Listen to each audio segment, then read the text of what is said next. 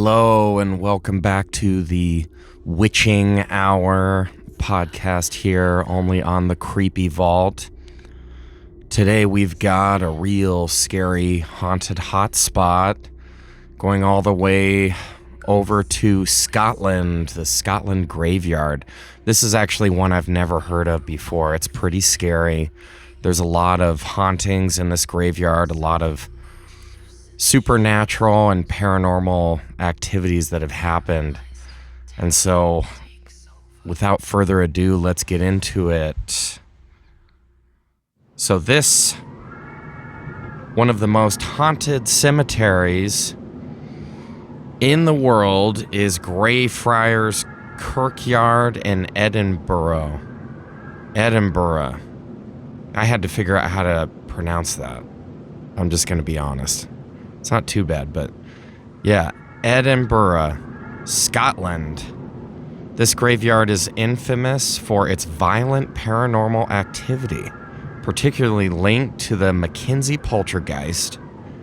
Here's a deep dive into its eerie history, hauntings, and terrifying encounters. History of Greyfriars Kirkyard. Greyfriars Kirkyard was established in the late 16th century, making it one of Edinburgh's oldest cemeteries. It becomes a burial site for many prominent Scottish figures. Or it became, sorry. So there's a lot of prominent Scottish figures that are buried there, and that makes sense because it is the 16th century, including poets, scholars, and noblemen. However, the graveyard also has a dark and bloody past, which has contributed to its reputation as a hub of supernatural activity. The Bloody Covenant and the Black Mausoleum. One of the most infamous stories associated with Greyfriars involves Sir George Mackenzie, 1636 to 1691. He was a lawyer and Lord Advocate who earned the nickname Bloody Mackenzie. I think that's how you say it, Bloody Mackenzie, due to his brutal prosecution of Scottish Presbyterian Covenanters during the late 1600s.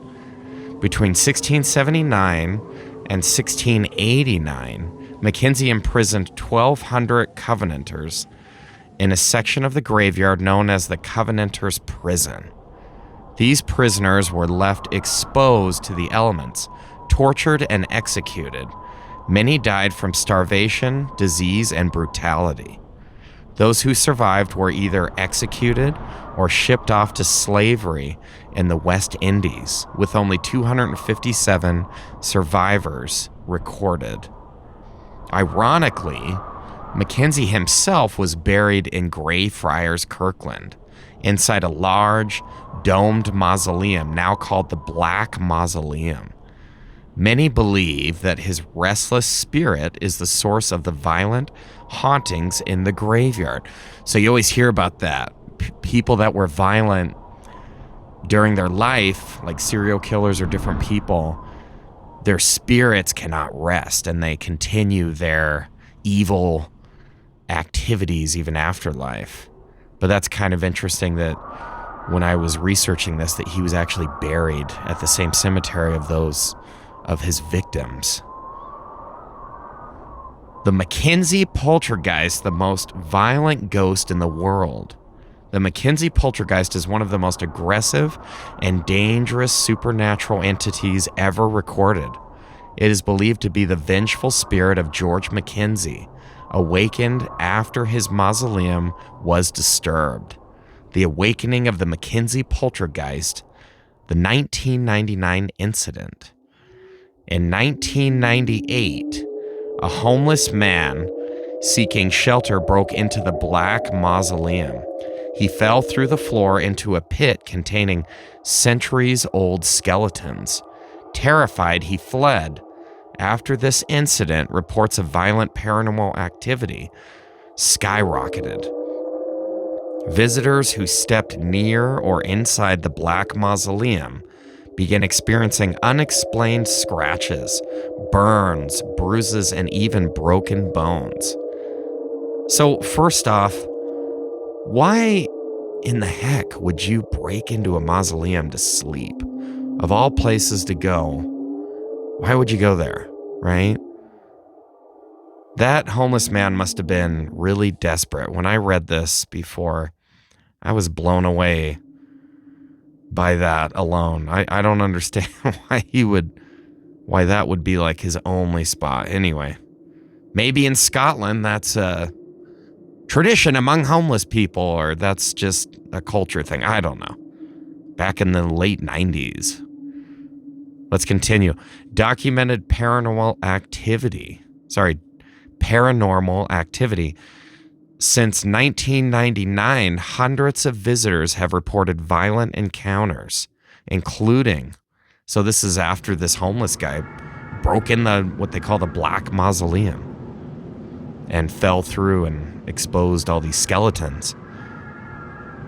Unexplained bruises, scratches, burns, and even bite marks appearing on their bodies. So these are visitors that have come. This is what they've experienced. Sudden fainting or feelings of being strangled while inside the graveyard. Hearing growls, knocking, and disembodied screams coming from the mausoleum and the Covenanters' prison. Objects moving on their own and people being pushed or knocked over by unseen forces. Photos capturing ghostly faces, mist and shadowy figures lurking in the graveyard. Many paranormal investigators consider the Mackenzie poltergeist to be one of the most aggressive hauntings in the world. Sure sounds like it, doesn't it? Personal accounts and paranormal encounters. The Edinburgh Council's investigation 2000s. Due to the rising number of attacks, the Edinburgh City Council actually sealed off the Covenanters' prison and the Black Mausoleum for public safety. However, paranormal tour groups were allowed special access, and more than 500 people have reported attacks since then. 500 people. That's astronomically amount of people. That's wild. This place is really active. Famous cases and haunting experiences. Colin Grant, an exorcist, tried to cleanse the area in 2000. He reported feeling an overwhelming evil presence. A few weeks later, Grant died, unexpectedly, of a heart attack. Tour guide Richard Felix from the TV show Most Haunted was left shaken and covered in bruises after a visit. A woman on a ghost tour was found unconscious inside the Black Mausoleum. She awoke with deep scratches on her back, but had no memory of what happened. A skeptical journalist visited in 2003, but left with his shirt ripped and a handprint burned onto his neck. Ugh! If that isn't completely terrifying, I don't know what is. That is some aggressive activities there. I've done a lot of research on different demonic entities and places, but I was surprised about this one, to be honest. I've actually never heard of this one, I don't think. So this was really a treasure to find this. Other notable hauntings in Greyfriars Kirkyard. The ghost of Greyfriars Bobby. Greyfriars is also famous for Greyfriars Bobby, a Skye Terrier who guarded his owner's grave for 14 years. Visitors report seeing the small ghostly figure of a dog wandering the cemetery at night. The restless dead and phantom figures. People frequently see dark, hooded figures lurking between the gravestones. Some visitors have heard whispers and cries near the tombs of the Covenanters. Strange lights and floating orbs have been captured in photos, even when there were no visible sources. Is Greyfriars Kirkyard still haunted today? Yes. Yeah, I was going to say, I mean, it's not just going to stop all of a sudden, right? We've decided to retire. We've got a nice pension after all these hundreds of years. We're going to just sit in our retirement. No, ghosts. That doesn't happen with ghosts, right? Yes, to this day, Greyfriars remains a hotspot for ghost hunters and thrill seekers.